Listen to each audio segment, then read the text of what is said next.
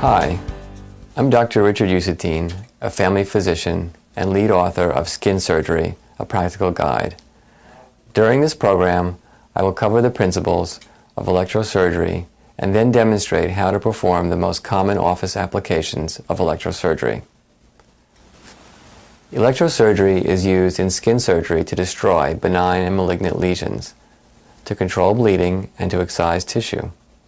Electrodesiccation is the method of electrosurgery in which the tip of the electrode touches the skin. Electrofulguration is a method of electrosurgery in which the tip of the electrode is not touching the skin and the electricity sparks from the electrode to the skin. The name comes from the Latin word fulgar, which means lightning. Electrocoagulation is the method used to stop bleeding. Electrosurgery has the following advantages. It is simple to use and easy to master. The technique is rapid. It controls bleeding while cutting or destroying tissue. The equipment is compact and affordable. When used for tissue destruction, sterile conditions or sutures are not needed. It is useful for a wide variety of skin lesions. Fortunately, the risks of electrosurgery are preventable. These safety risks include electric shocks, burns, or fires.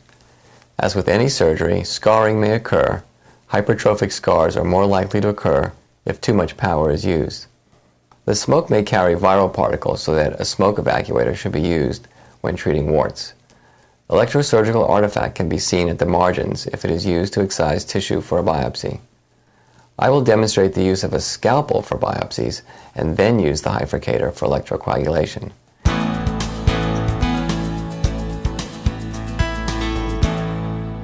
If you use alcohol to prepare the skin, let it dry completely before performing electrosurgery to prevent pyrotechnic shows. Electric shocks can be prevented by touching the patient with your non-treatment hand and not breaking contact during the treatment. Also avoid contact with exam table parts that are metal. To avoid the transmission of infection through the electrode, use disposable electrodes and wear gloves. If the lesion is of viral origin or the patient is infected with HIV or hepatitis, use a smoke evacuator, wear a surgical mask, such as this, and use eye protection.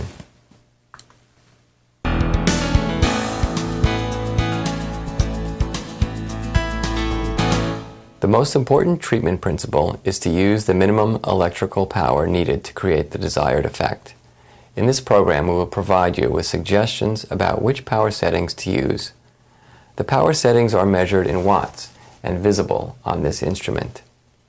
If you are not sure where to start with low power and increase the power until you get the desired effect. In general, the power setting needed for coagulation is higher than the setting for tissue destruction. The use of too much power may increase scarring. The Hyfrecator has high and low terminals. All the procedures we will be demonstrating will be performed with the low output terminal and the sharp tip electrode.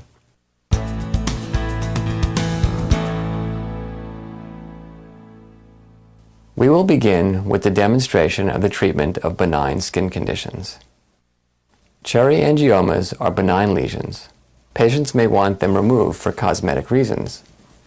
I'm doing this procedure without anesthesia because the cherry angioma is small and the anesthesia may hurt more than the actual electrodesiccation. I started with 1.5 watts and did not get sufficient destruction. I am now turning up the power to 2 watts. When not using anesthesia, it helps to stabilize your hand against the patient's body or face, so if the patient moves, the electrode moves with the patient. I touch the electrode to the cherry angioma until the red color blanches and then activate the electrode. The red color turns to brown. A temporary faint pink blush surrounding the treated lesion is a normal response. I use local anesthesia for this larger cherry angioma and start with a shave excision prior to electrodesiccation. 1% lidocaine with epinephrine is injected through a 30-gauge needle to produce anesthesia and minimize bleeding. Using a very fine needle and injecting slowly will minimize the pain. The epinephrine causes blanching of the skin around the lesion and lets you know that you are anesthetizing the appropriate area. Also, I am watching the lesion become raised, which will help for the shave excision. This is a clean procedure that can be done wearing non-sterile gloves. As long as I don't touch the scalpel with my gloves or hand, the surgical procedure remains sterile. I am cutting straight across the lesion with a number 15 blade scalpel using a gentle sawing motion. I'm using the center of the scalpel as opposed to the tip of the scalpel. This gives better control of the shave biopsy. The middle of the blade is sharp and easier to control. The Hyfrecator is now used to destroy any remaining vascular tissue and produce hemostasis. As I roll the cotton tip applicator down across the lesion, the pressure produces hemostasis and a dry field so that electrocoagulation is more effective. It is very difficult to electrocoagulate a pool of blood. If there is insufficient power, you can use the controls on the handle or the electrosurgical device to turn up the power until adequate electrocoagulation is achieved.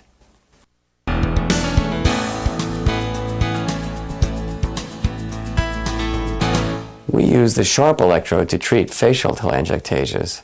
Touch the electrode to the most central vessel and compress the vessel before activating the electrode. A short burst of power at approximately 2 watts is adequate. It is helpful to warn the patient before touching the electrode to the skin so that the patient is prepared for the sharp sensation. Once the vessel is compressed with the electrode, then electricity can be transmitted for about a second. When there are many telangiectasias, it is helpful to test this procedure out on a few of the vessels and let the patient decide whether additional treatments are desired. Tearing of the eyes may occur as a reaction to the treatment near the eyes. The vessels are currently less prominent, and you can see little whitish spots where the electrode was activated. The white spots are small and superficial, so that there should be minimal to no scarring from this procedure. This is not a good method to treat telangiectasias on the legs.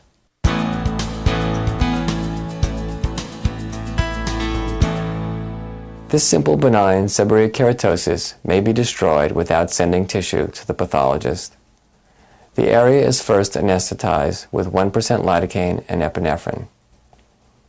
Electrofulguration is performed lightly across the whole keratosis. Electrofulguration produces the most superficial tissue destruction and is therefore a good method for treating very superficial lesions. Now we should be able to wipe away the residual tissue with a gauze pad. This is called sponge curettage and may be done with a wet and/or dry gauze pad. Residual fragments or bleeding points can be treated by electrosurgery. I have chosen 4 watts to complete the procedure. This method produces little to no scarring because we have removed the seborrheic keratosis at the epidermal level and minimized damage to the dermis.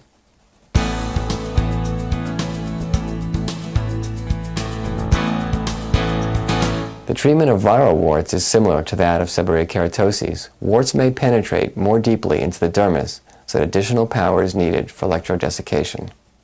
The wart is first desiccated before curettage. Scrape off the tissue with a skin curette. Be careful to not go too deeply into the dermis because of the underlying nerves and blood vessels and an increased risk of scarring.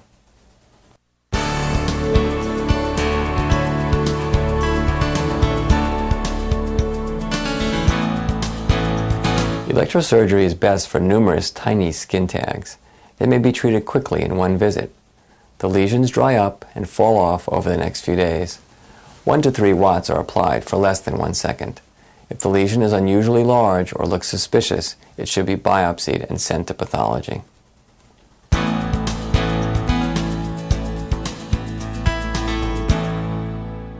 These photographs show the treatment of a pyogenic granuloma on the lip that started in pregnancy. Here is the pyogenic granuloma. This next photograph shows vasoconstriction and swelling during administration of local anesthesia. The shave excision is completed with a number 15 scalpel.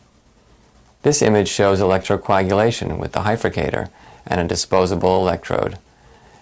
Note that the cotton-tipped swab is rolled ahead of the electrode to dry the field immediately before the electrocoagulation.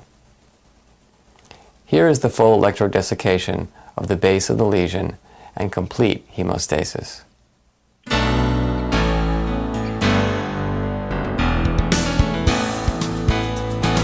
Electrosurgery is a great method to stop the bleeding that occurs during biopsies and excisions. We will demonstrate this with shave, punch, and elliptical excisions. Here is the shave biopsy of a possible basal cell carcinoma. Electrosurgery is a particularly useful method for hemostasis when it is desirable to destroy any remaining tissue after the shaved specimen is removed. This may be beneficial after removing a vascular lesion, a benign nevus, or a suspected basal cell carcinoma. The skin is anesthetized with 1% lidocaine and epinephrine. The differential diagnosis for this flesh-colored papule is an intradermal nevus versus a basal cell carcinoma. Hemostasis is obtained using a cotton-tip applicator for pressure and then electrocoagulation. The pathologist determined that this was a basal cell carcinoma.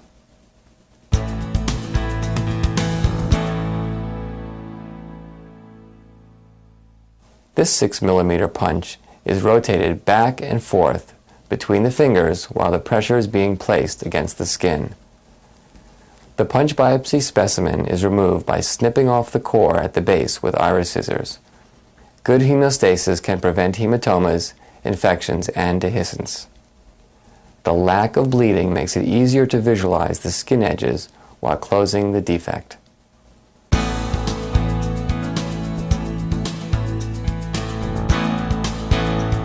This pigmented lesion is suspicious for a melanoma. A number 15 blade on a scalpel handle is used to cut the fusiform excision. The excision is performed in 2 passes. The biopsy specimen is then removed from one edge to the other using a hemostat to grasp the corner of the ellipse. The lesion is cut off in the subcutaneous fat. The traditional instrument for performing excisions and shave biopsies is the scalpel. It is inexpensive, the blades are disposable, and the cuts are clean. The scalpel causes no heat-induced tissue damage that could obscure the pathology specimen. Using electrosurgery in place of the scalpel has the advantage of facilitating hemostasis while cutting. However, the lateral heat produced by the electrosurgical instrument can cause tissue damage that might cause slow healing and artifact on the edges of the biopsy specimen.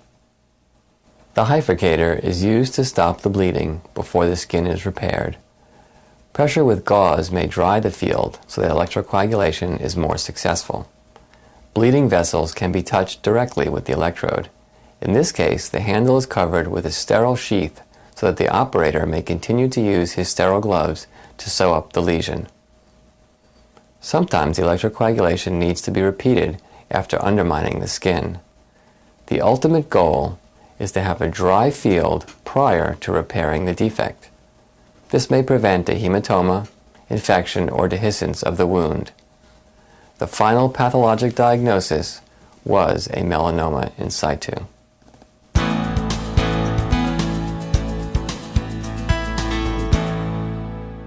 Curettage and desiccation is a very good method of treating a basal cell carcinoma that was diagnosed with a shave biopsy. It is not the treatment of choice when the initial biopsy was a punch biopsy. This basal cell carcinoma was the lesion that we saw in the shave biopsy segment earlier in the program. 2 weeks have transpired since the original biopsy. The soft basal cell tissue is easily curetted and differentiated from the normal skin tissue surrounding it. This makes a little bit of a crater. The curette finds out all the abnormal tissue. We often find that the basal cell carcinoma was larger than we could initially see. We are using 7 watts and burning the base. A small rim of normal tissue is also electrodesiccated. This procedure is repeated 3 times to get the highest cure rates. Recurrence rates of up to 10% may be seen after this procedure, but with greater experience, the recurrence rates should be lower. Curettage and desiccation are best performed on lesions that occur on the trunk or extremities. This technique is not the preferred method on the nose, around the eyes, and in the nasolabial folds. Electrosurgery is a powerful and versatile tool for skin surgery. It is important to get to know your own electrosurgical unit through experience treating your patients. Careful practice should allow you to safely use the power of electrosurgery in your office.